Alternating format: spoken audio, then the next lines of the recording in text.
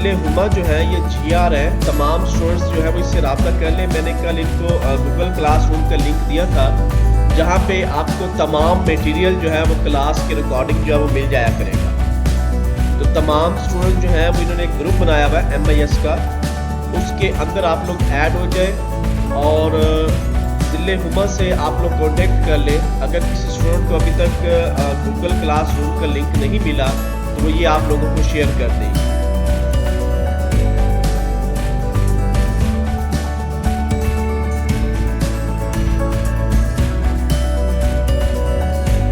Okay जी, mostly student online हो चुके हैं, तो अब मैं क्लास जो है वो स्टार्ट करने लगा हूँ।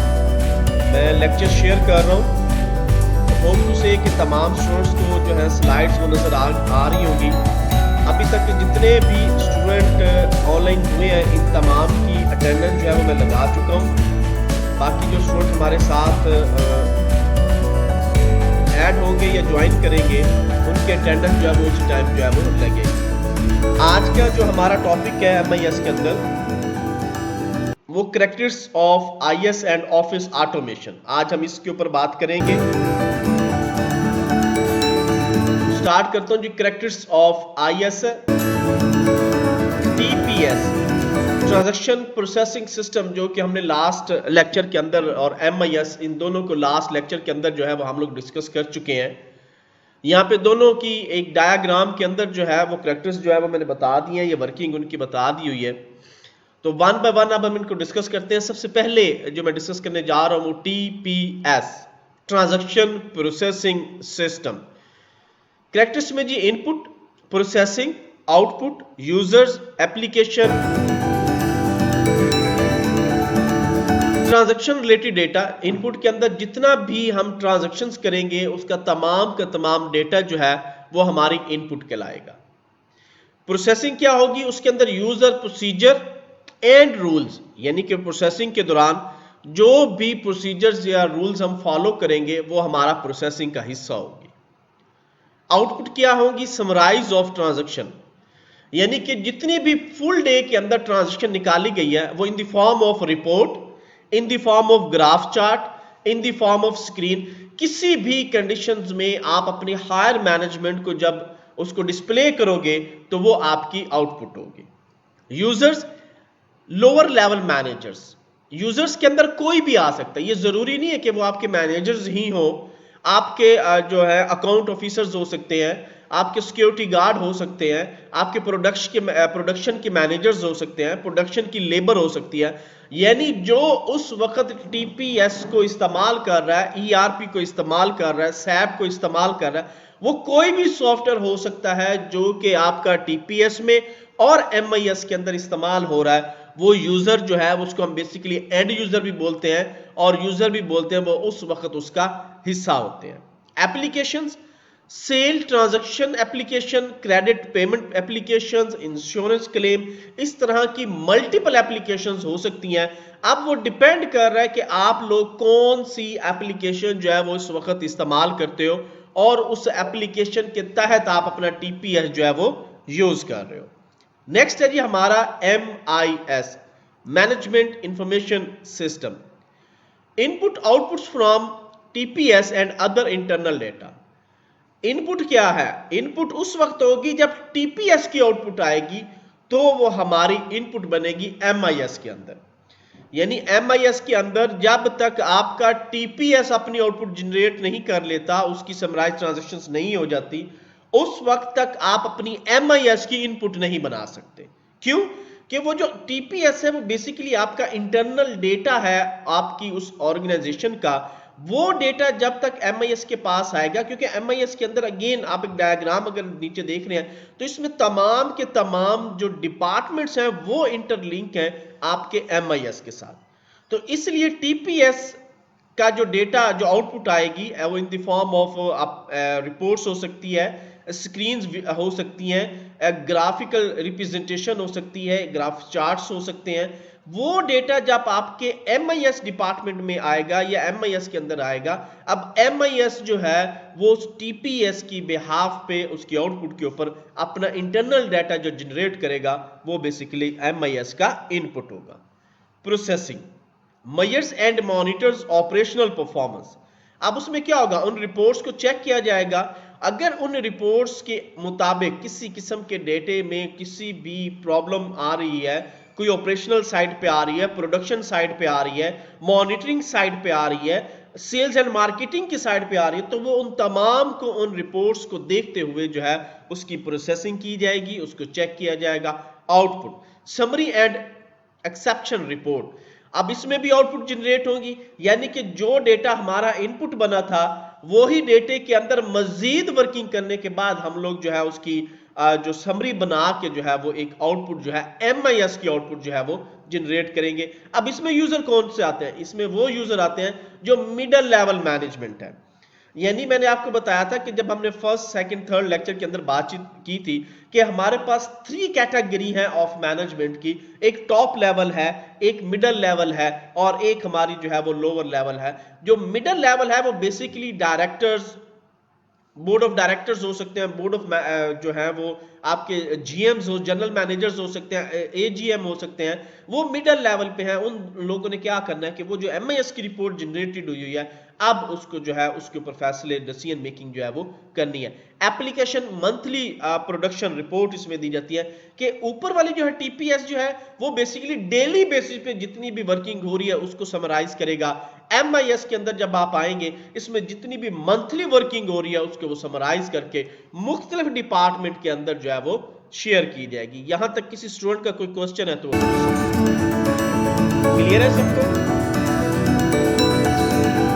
नेक्स्ट है जी हमारे पास इंटेलिजेंट सपोर्ट सिस्टम ISS। इसके भी कैरेक्टरिस्टिक्स में है इनपुट के अंदर internal and external data and models. यानी ISS के अंदर हम क्या करेंगे, चाहे वो हमारा इंटरनल डाटा है चाहे वो एक्सटर्नल डाटा है, दोनों डाटा और मॉडल्स को जो है वो हम लोग डिस्कस करेंगे। फिर उसके ऊपर जो है वो प्रोसेसिंग होगी, इंटरेक्टिव एडहॉक रिपोर्टिंग, उसके ऊपर जो है एडहॉक रिपोर्टिंग जो है वो क्रिएट की जाएगी। आउटपुट क्या होगी, अल्टरनेटिव एंड एनालिसिस रिपोर्ट। यानी कि अब देखिए TPS भी चल पड़ा, आपका MIS ने भी रिपोर्ट जनरेट की। जब वो इंटेलिजेंट सपोर्ट सिस्टम, अब इंटेलिजेंट सपोर्ट सिस्टम में कोई भी जो ERP है, SAP के एडमिन यूजर हैं, जो टॉप मैनेजर जिसमें CEOs हैं, आपके बोर्ड ऑफ डायरेक्टर्स हैं, आपके ऑनर्स हैं, चेयरमैन ऑफ द कंपनी हैं, इस तरह के जो लोग हैं वो क्या करते हैं, उनको डायरेक्टली ISS यानी इंटेलिजेंट सपोर्ट सिस्टम के थ्रू जो है पूरी ऑर्गेनाइजेशन की जो एनालिसिस रिपोर्ट्स हैं वो जो है वो बताई जाती हैं। उसके ऊपर वो लोग एप्लीकेशंस जो जनरेट करते हैं वो इन्वेस्टमेंट करते हैं, किसके लिए, अपने किसी भी पोर्टफोलियो के लिए। या तो कोई नई प्रोडक्ट लॉन्च कर देंगे उसके लिए इन्वेस्टमेंट होगा, या जो प्रोडक्ट पहले से बन रही है अगर किसी प्रोडक्ट में किसी किस्म का कोई फॉल डाउन आ रहा है तो उस प्रोडक्ट को मजीद अपग्रेड करने के लिए, मजीद उसमें एनर्जी लगाने के लिए, मजीद उसके अंदर वर्किंग करने के लिए इन्वेस्टमेंट करेंगे। तो ये टॉप लेवल जो है हमारे CEOs जो है, ऑनर जो है, चेयरमैन जो है, ये उनका काम है। ऑफिस ऑटोमेशन जो कि हर किसी ने इस्तेमाल करना है, चाहे वो आपके CEOs हो, चाहे वो आपके बोर्ड ऑफ डायरेक्टर्स हैं, चाहे वो आपका इंटरनल या एक्सटर्नल यूजर है, चाहे वो आपका मिडल मैन है, कोई भी पर्सन है, उन तमाम ने ऑफिस ऑटोमेशन के सिस्टम्स को इस्तेमाल करना है। क्यों? डाटा और इंफॉर्मेशन इसमें इनपुट होनी है। कोई भी सॉफ्टवेयर है, आप जैसे कि मैंने आपको शुरू के लेक्चर्स में बताया था कि हम ड्यूरिंग द MIS हम लोग 2-3 सॉफ्टवेयर्स को डिस्कस भी करेंगे। मैं उसको इंस्टॉलेशन का तरीका भी बताऊंगा, उसमें वर्किंग कैसे होती है वो भी बताऊंगा। वो बेसिकली क्या है, वो सारा ऑफिस ऑटोमेशन का हिस्सा है, जिसमें माइक्रोसॉफ्ट एक्सेल है, पावर पॉइंट है, फिर आपका अगर मैं बात करूं तो अकाउंट हैंडलिंग के मुख्तलिफ सॉफ्टवेयर आ जाते हैं, जैसे कि पिच ट्री है, टैली है, क्विक बुक है, मायोब है। तो इस तरह के डिफरेंट सॉफ्टवेयर्स हैं। अब ये सारे के सारा ऑफिस का हिस्सा है, ऑफिस के अंदर ही इस्तेमाल होते हैं। प्रोसेसिंग क्या होगी, फॉर्मेटिंग होगी, समराइजिंग होगी और एंड डिस्प्लेइंग होगी। अगर तो आपने प्रेजेंटेशन बनाई है तो आप उसको डिस्प्ले करोगे, समराइज करोगे, उसकी फॉर्मेटिंग करोगे। इसी तरह आउटपुट क्या होगी, प्रिंटेड फॉर्म में आप डाटा डिस्प्ले कर सकते हो, ग्राफिकली रिप्रेजेंट कर सकते हो, मल्टीमीडिया के अंदर, यानी कोई भी मल्टीमीडिया की बनी हुई प्रेजेंटेशन जो है वो इन द फॉर्म ऑफ वीडियो आप बना के जो है वो डिस्प्ले कर सकते हो। यूजर्स क्या है, नॉलेज एंड वर्कर्स, कोई भी जिसको नॉलेज है या जो क्लरिकल स्टाफ है, इन तमाम ने मिल के जो है इस ऑफिस ऑटोमेशन को इस्तेमाल करना है। एप्लीकेशन क्या है जी? मल्टीमीडिया है, फैक्स मशीन है, वीडियो कॉन्फ्रेंसिंग है, प्रिंटिंग है, फ्लेक्सिस है, इस तरह की मुख्तलिफ तरह की एप्लीकेशन जो है वो हम इसके अंदर इस्तेमाल करते हैं। नेक्स्ट टॉपिक है जी OAS, office automation system. OS refer to the user mechanical, electrical and electronics devices to enhance communication in the workplace and increase the efficiency and productivity of the knowledge worker of clerical workers. OAS includes. वो कहता है कि OAS क्या है? Office automation के अंदर आपका mechanical department है, आपका इलेक्ट्रिकल डिपार्टमेंट है, आपका इलेक्ट्रॉनिक डिपार्टमेंट है, आपका सिविल डिपार्टमेंट है, any kind of business, any kind of department, office automation जो है वहां पे इसलिए इस्तेमाल किया जाता है ताकि जो वर्क है आपका उसकी इन्हांसमेंट की जाए, वर्क जो है उसकी स्पीडनेस की जाए। मिसाल के तौर पे एक दौर था कि अटेंडेंस जो है वो रजिस्टर्स पे लगती थी, अब क्या है? अब बायोमेट्रिक डिवाइसेस लगी हुई हैं ऑर्गेनाइजेशंस के अंदर, आप जाते हो, आप वहां पे अपनी अटेंडेंस जो है, तो इससे क्या होता है? कुछ कंपनीज के अंदर उसी बायोमेट्रिक डिवाइसेस के थ्रू ही जो है वो सैलरी जो है वो कैलकुलेट की जाती है, कुछ के थ्रू अभी भी मैनुअल भी वर्क हो रहा है, बायोमेट्रिक भी चल रहा है। तो ये डिपेंड कर होता है कि आप कितनी एफिशिएंसी जो है वो अपनी ऑर्गेनाइजेशन के अंदर जो है वो बढ़ाना चाहते हैं। अब इसमें क्या क्या चीज इंक्लूड है? वर्ड प्रोसेसिंग यानी कि माइक्रोसॉफ्ट वर्ड, ईमेल बहुत ज्यादा इस्तेमाल होगी, चाहे आप वो इंटरनल ऑर्गेनाइजेशन के अंदर है चाहे एक्सटर्नल लेवल है। वॉइस मेल आजकल बहुत ज्यादा, और जिसमें आप लोग व्हाट्सएप को इस्तेमाल कर लेते हो, फेसबुक को इस्तेमाल कर लेते हो, उनके मैसेंजर्स को इस्तेमाल कर सकते हो, आप एक दूसरे को वॉइस मैसेज सेंड कर सकते हो, ऑडियो एंड वीडियो कॉन्फ्रेंस कर सकते हो, कंप्यूटर की कॉन्फ्रेंस हो सकती है। जैसे कि अभी आप देख लें कि आपकी क्लास जो है वो ये कंप्यूटर, ये बेसिकली ये audio video and computer conference है। एक जूम हो सकता है, गूगल क्लासरूम हो सकती है, और भी बहुत सारे प्लेटफॉर्म है जिसके ऊपर आप इस तरह की अपनी मीटिंग्स जो है वो कर सकते हो। टेली कॉन्फ्रेंस हो सकती है, फैसी मेल ट्रांसमिशन हो सकती है, डेस्कटॉप पब्लिशिंग हो सकती है, वीडियो टास्क हो सकते हैं, इमेजिंग हो सकती है, मल्टीमीडिया सिस्टम। तो ये सारी चीजें जो है वो इसके अंदर आपके OAS ऑफिस ऑटोमेशन सिस्टम के अंदर जो इंक्लूड है, जो कि MIS का हिस्सा है। और MIS के हिस्से के इस होने की वजह से हम इन तमाम मुख्तलिफ तरह के सॉफ्टवेयर जैसे कि Oracle है, SAP है, ERP है, इन तमाम को हम इस्तेमाल करते हैं। सबसे पहले है जी word. It is use of an electronic device that automatically perform many of the tasks necessary to create written documents such as letter, memo, reports that are directly to the manager. वो कहता है कि word processing के अंदर हम लोग क्या करते हैं? एक इलेक्ट्रॉनिक डिवाइस के अंदर, यानी लैपटॉप हो सकता है, आपका सेल फोन हो सकता है, आपका डेस्कटॉप कंप्यूटर हो सकता है, उसके अंदर हम लोग एक सॉफ्टवेयर इंस्टॉल करते हैं जिसका नाम है माइक्रोसॉफ्ट वर्ड।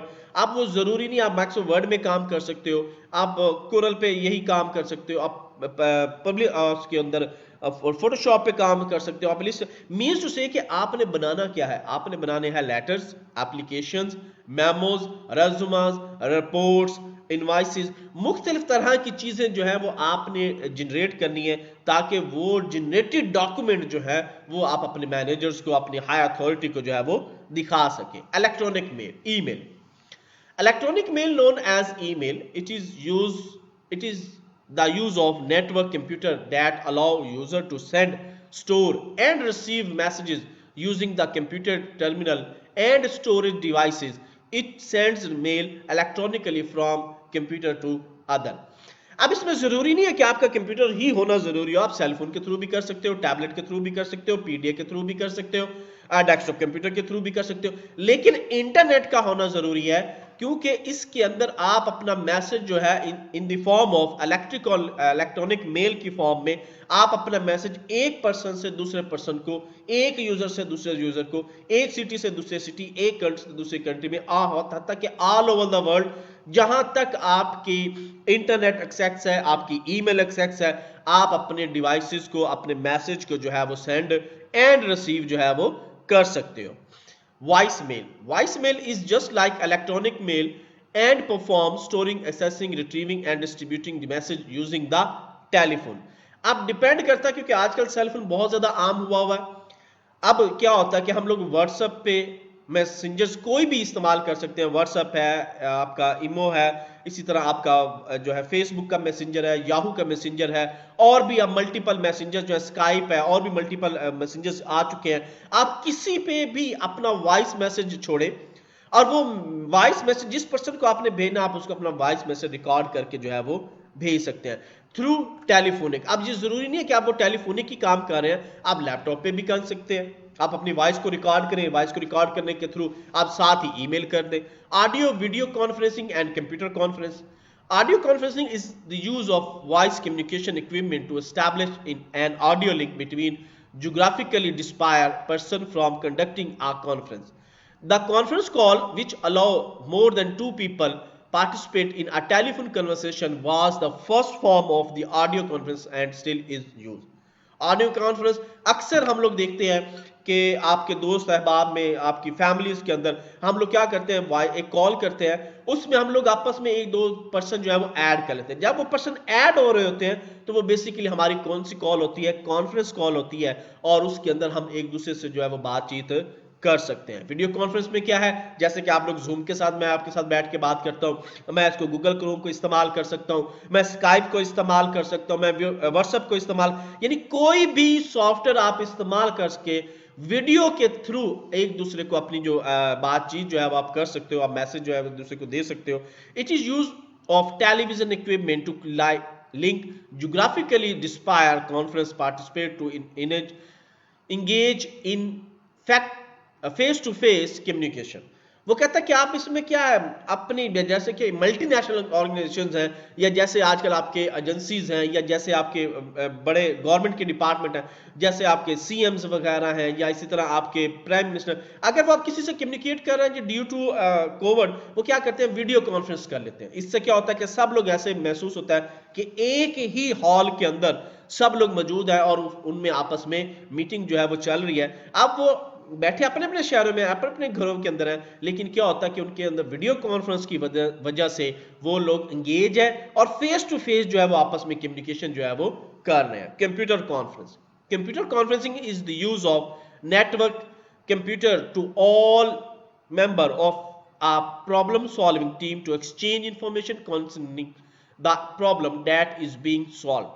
वही बात आ गई। अब इन तीनों जो ऑडियो कॉन्फ्रेंस है, वीडियो कॉन्फ्रेंस है और कंप्यूटर की कॉन्फ्रेंस है, तीनों के अंदर आपका जो है वो ज्योग्राफिकल एरिया जो है, यानी कि वैन जो है, गैन जो है, यानी कि लोकल एरिया नेटवर्क नहीं, अब आपके ग्लोबल एरिया नेटवर्क की बात हो रही है, आपके वाइड एरिया नेटवर्क की बात हो रही है। यानी अगर उसकी बात हो रही है तो इट मींस इंटरनेट की बात हो रही है। अगर इंटरनेट मौजूद है तो आप ये तीनों ऑडियो, वीडियो एंड कंप्यूटर की कॉन्फ्रेंस जो है वो आसानी एक दूसरे के साथ कर सकते हो और अपने मैसेजेस जो है वो एक पर्सन से दूसरे पर्सन को आसानी जो है वो दे सकते हैं। अगर किसी किस्म का कोई प्रॉब्लम है ऑर्गेनाइजेशन के अंदर तो आप उसको भी बैठे आसानी जो है वो हल कर सकते हो। नेक्स्ट है जी हमारा tele. It is include all three forms of electronically ad conferencing, audio, video and computer। वही बात आ गई, टेली कम्युनिकेशन के अंदर या टेली कॉन्फ्रेंस के अंदर आपकी तीनों audio, video and computer conference जो है वो इंक्लूडेड है। नेक्स्ट हमारे पास है जी facsimile transmission. Facsimile transmission popularly known as a fax is to transfer और रिटर्न और pictorial information by the user to special equipment or special equipment that can read a document image at one end of communication channel, make a copy at the other end। Fax machine मुख्तलिफ organisation के अंदर बहुत ज्यादा fax machine के ऊपर भी काम होता है। होता क्या कि एक तरफ से डाटा आप सेंड कर रहे होते हो, दूसरी तरफ से उसके डाटे की कॉपी जो है वो जनरेट हो रही होती है। तो फैक्सिमेल के थ्रू भी यानी फैक्स मशीन के थ्रू भी आप लोग जो अपना डेटा है, अपनी रिटर्न कोई भी, वो चाहे पिक्चर फॉर्म में है, चाहे ग्राफिकली फॉर्म में है, चाहे किसी स्पेशल इक्विपमेंट कैरेक्टर्स में है, जो वो लोग अंडरस्टैंड करते हैं किसी कोड वर्ड के अंदर है, तो भी आप फैक्स मेल के थ्रू जो है या फैक्स मशीन के थ्रू जो है, फैक्स ट्रांसमिशन के थ्रू जो है वो अपना डाटा एक पर्सन से दूसरे पर्सन को, एक सिटी टू दूसरी सेकंड सिटी और कंट्री टू कंट्री जो है वो आपस में शेयर कर सकते हो। Desktop publishing. Desktop publishing is the use of computer to prepare printed output using software with sophisticated publish capability. Desktop publishing क्या है? अब डेस्कटॉप पब्लिशिंग के अंदर मेन तो ये है कि आप अपने सॉफ्ट कॉपी, चाहे वो माइक्रोसॉफ्ट वर्ड है, एक्सेल है, पावर पॉइंट है, पब्लिशर है, इन पेज है, कोरल है, अडोब है, कोई भी सॉफ्टवेयर हो सकता है जिससे आप अपनी रिक्वायर्ड इंफॉर्मेशन को पब्लिश कर सकते हो, आउटपुट कर सकते हो, उसका प्रिंट निकाल सकते हो। वो कोई भी सॉफ्टवेयर हो सकता है, लेकिन वो आपके कंप्यूटर के अंदर से जो है वो डाटा को प्रॉपर तरीके से उसकी वर्किंग होगी, प्रॉपर तरीके से उसकी टाइपिंग होगी, प्रॉपर तरीके से उसकी फॉर्मेटिंग होगी, फिर उसकी प्रिंटिंग होगी। प्रिंटिंग होने के बाद वो जो डेटा आपके सामने आएगा वो बेसिकली आपका डेस्कटॉप पब्लिशिंग का डेटा होगा। Video task, it is the use of computer for displaying a stored narrative and graphic material on CRT। यानी वीडियो टास्क में भी सेम वही चीज है जो कि आपकी पब्लिश डेस्कटॉप पब्लिशिंग में है। फर्क क्या है कि वीडियो टास्क के अंदर आपके पास टच स्क्रीन का जो है वो यूज ज्यादा होता है, जैसे कि कैथोड रे ट्यूब है, यानी कि टच स्क्रीन की ही मैं डायरेक्ट बात करता हूँ। एटीएम है, आप एटीएम के ऊपर जाते हो तो आप टच स्क्रीन के ऊपर कोई इंस्ट्रक्शन पास करते हो तो उसके रिटर्न में आपको जो है वो कैश रिटर्न हो जाता है। इसी तरह से फोटो कापियर बायो में है, वो भी बेसिकली क्या है, टच में हुए में है, आप उनकी टच स्क्रीन के ऊपर कमांड देते हो तो आपको डेटे की जो कॉपी जो है वो मिल जाती है। इस तरह के और भी मुख्तलिफ डिवाइसेस हैं जिनको हम इस्तेमाल करके जो है वो अपना डेटा ट्रांसफर कर सकते हैं। नेक्स्ट है जी हमारा इमेजेस। यहां तक किसी स्टूडेंट को किसी भी टॉपिक की समझ नहीं आई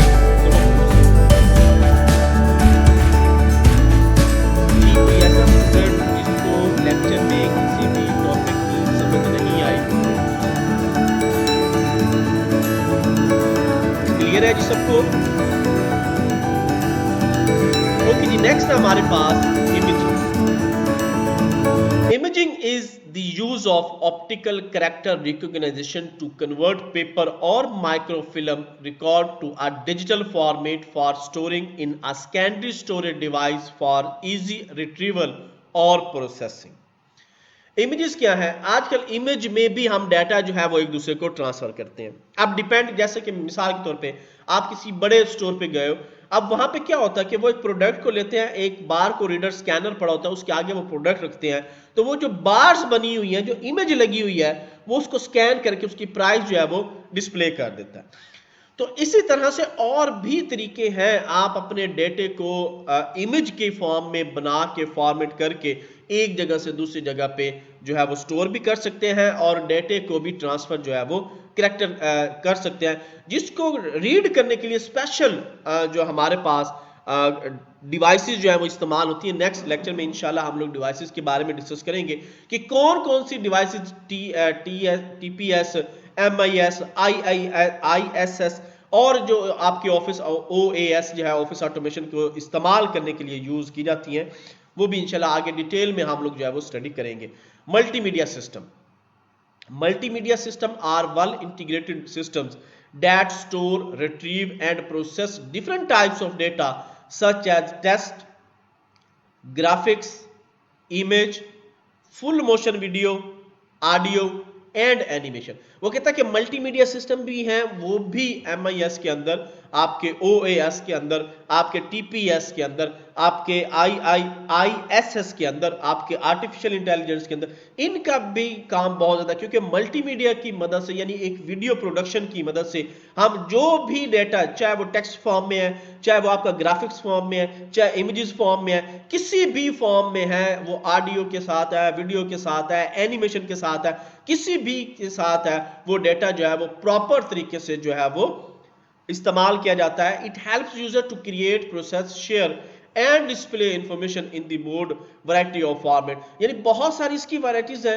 आप उसकी मर्जी आप उसको MPEG में बना लो, आपकी मर्जी आप उसको MP4 में कन्वर्ट कर लो, आपकी मर्जी आप उसको AVI में बना लो, आपकी मर्जी आप उसको GIF फाइल में बना लो, आप WMF में बना सकते हो। यानी कोई भी फाइल का फॉर्मेट हो सकता है, लेकिन एक्चुअल जो एक्शन है वो ये है कि आपका डाटा एक ऑर्गेनाइजेशन से दूसरी ऑर्गेनाइजेशन में किस तरह से जा रहा है। अब वो डेटे को सेंड करना, डेटे को स्टोर करना, डेटे को रिसीव करना, एक्चुअल ये है कि उसका मेथड कोई भी हो सकता है, लेकिन वो आपके ISS, MIS, TPS और AI और इसके साथ OAS कोई भी यानी जो कंप्यूटर बेस्ड इंफॉर्मेशन सिस्टम की जितनी भी टाइप्स हैं, उन तमाम टाइप्स के अंदर मेन जो है वो डेटा आपका कंट्रोल करना है, डाटा को सेंड करना है, डाटा को रिसीव करना है, वो किसी भी फॉर्मेट में हो, आपका क्लाइंट, आपका यूजर जो है वो इसको आसानी जो है वो समझ सके। नेक्स्ट है हमारे पास computer hardware for the information system. पहले हमने जो डिस्कस किया वो computer software for information system था। अब हम लोग जो डिस्कस करने जा रहे हैं वो हमारा computer hardware for information system, यानी कि कौन कौन सा हार्डवेयर जो है वो हम अपने इंफॉर्मेशन सिस्टम के अंदर जो है वो आसानी इस्तेमाल कर सकते हैं। A computer is an electromagnetic machine made up of electronic and electromechanical devices that process data under program control to generate magnify meaningful information with speed and accuracy। वो कहता है कि कंप्यूटर क्या है, एक ऑटोमेटिक मशीन है जिसको बनाया गया है इलेक्ट्रॉनिकली इलेक्ट्रोमैकेनिक डिवाइसेस को इकट्ठा करके, और उसका काम ये है कि डाटा को प्रॉपर तरीके से प्रोसेस करना है under the program of control, यानी कोई ना कोई प्रोग्राम जो है उसको दे दिया गया है, उसके बिहाफ पे वो डेटा को प्रोसेस करेगा बहुत ज्यादा अच्छी इंफॉर्मेशन बनाने के लिए, मीनिंगफुल इंफॉर्मेशन बनाने के लिए, और उसके बाद ये काम वो बड़ा एक्यूरेसी और स्पीड के लिहाज से वो करेगा। It can perform long and complex calculation and analyse complex scientific और मैथमेटिकल डेटा। वो कहता है कि कंप्यूटर जो है ये बहुत long high perform complex calculations को, एनालिसिस को, आपके कॉम्प्लेक्स साइंटिफिक मेथड्स को, आपके मैथमेटिकल डेटा को, यानी कोई भी डेटा है उसको आसानी जो है ये सॉल्व कर सकता है। Computer hardware include the physical computer and it's peripheral component is given. वो कहता है कि कंप्यूटर का हार्डवेयर बेसिकली क्या है, वो तमाम की तमाम फिजिकल कंप्यूटर की डिवाइसेस, वो कोई भी डिवाइसेस हो सकती है, वो इनपुट डिवाइसेस हो सकती हैं, वो इनपुट के अंदर डायरेक्ट डिवाइसेस हो सकती हैं, इनडायरेक्ट डिवाइसेस हो सकती हैं, वो आपकी आउटपुट डिवाइसेस हो सकती हैं, वो सॉफ्ट कॉपी की डिवाइसेस हो सकती हैं, वो हार्ड कॉपी की डिवाइस, वो कुछ भी हो सकता है, लेकिन वो फिजिकल कंप्यूटर की डिवाइस होगी तो वो input output and storage devices. आगे उसने बता दिया कि वो इनपुट डिवाइस भी हो सकती हैं, आउटपुट भी हो सकती है, स्टोरेज भी हो सकती है, along with other type of computer are identify and explain, जो कि मुख्तलिफ तरह के कंप्यूटर्स हैं जो कि इसको इस्तेमाल करते हैं। अब वो कंप्यूटर्स की अगर टाइप की हम बात करें तो उसमें हमारे पास मेन फ्रेम आता है, सुपर कंप्यूटर आता है, पर्सनल कंप्यूटर आता है, माइक्रो कंप्यूटर आता है, सर्वर्स आ जाते हैं, फिर आपके लैपटॉप हैं, लैपटॉप के बाद आपके पीडीए हैं, पीडीए के बाद आपके टैबलेट हैं, सेल फोन। तो ये सारे के सारे कंप्यूटर्स बेस्ड जो डिवाइसेस हैं ये तमाम की तमाम कंप्यूटर के हार्डवेयर का हिस्सा है और इनके अंदर हम इनको इस्तेमाल करते हैं। अब है जी डाटा की रिप्रेजेंटेशन कैसे होती है। Data are usually represented in a computer by using the number, alphabets, A to Z, symbol, graph and images। वो कहता है कि डाटा जो है वो नॉर्मली जो हम कंप्यूटर के अंदर रिप्रेजेंट करते हैं वो नंबर्स की फॉर्म में हो सकता है 1 और 0, वो रियल की फॉर्म में हो सकता है 1.1 से लेकर 9.9 तक, वो अल्फाबेटिक्स चाहे कैपिटल ए और चाहे कैपिटल ए टू जी चाहे लोअर ए टू जी है, वो सिंबल्स की फॉर्म में हो सकता है, ग्राफिक की फॉर्म में हो सकता है, इमेजेस, यानी किसी भी फॉर्मेट में होगा वो बेसिकली आपका डेटा होगा।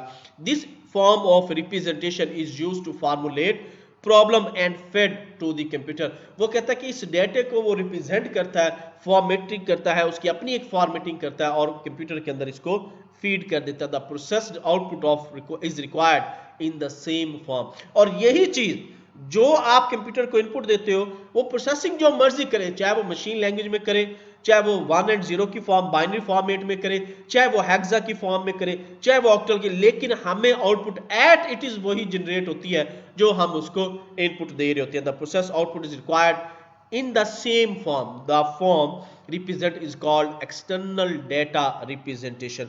वो जो डेटा हमें रिट्रीव हो रहा है, मिसाल के तौर पे आपने अपने सेल फोन से अगर एक सेल्फी ली है, अब आपका जो फेस है जो इस वक्त आपके मोबाइल फोन ने कैप्चर किया है वो ही एट इट इज वो आपको with in second, with in nano second जो है वो रिटर्न कर होता है। वो जो रिटर्न ऑफ द डेटा है वो इसका है एक्सटर्नल डेटा रिप्रेजेंटेशन कहलाता है। However the computer can understand data bye string of binary digit bits. वो कहता है कि यही है कि डाटा जो है कंप्यूटर के अंदर वो बाइनरी फॉर्म में स्टोर होता है और उस डिजिट को हम लोग बिट्स बोलते हैं।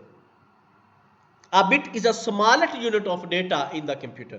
कंप्यूटर के अंदर सबसे जो छोटा डेटा है या स्मॉलेस्ट डिजिट है उसको हम लोग बिट बोलते हैं. इट रिप्रेजेंट 0 और 1. 1 है तो इट मीन आपका डेटा ऑन है, ऑफ है. 0 है तो इट मीन आपका डेटा ऑफ है या आपकी बिट जो है वो ऑफ है. A unique combination of 8 bit refer to as a byte represent each character in a computer. वो कहता है कोई भी आपका नंबर हो सकता है, कोई भी आपका A B C हो सकता है, चाहे वो लोअर केस में है चाहे वो अपर केस में है.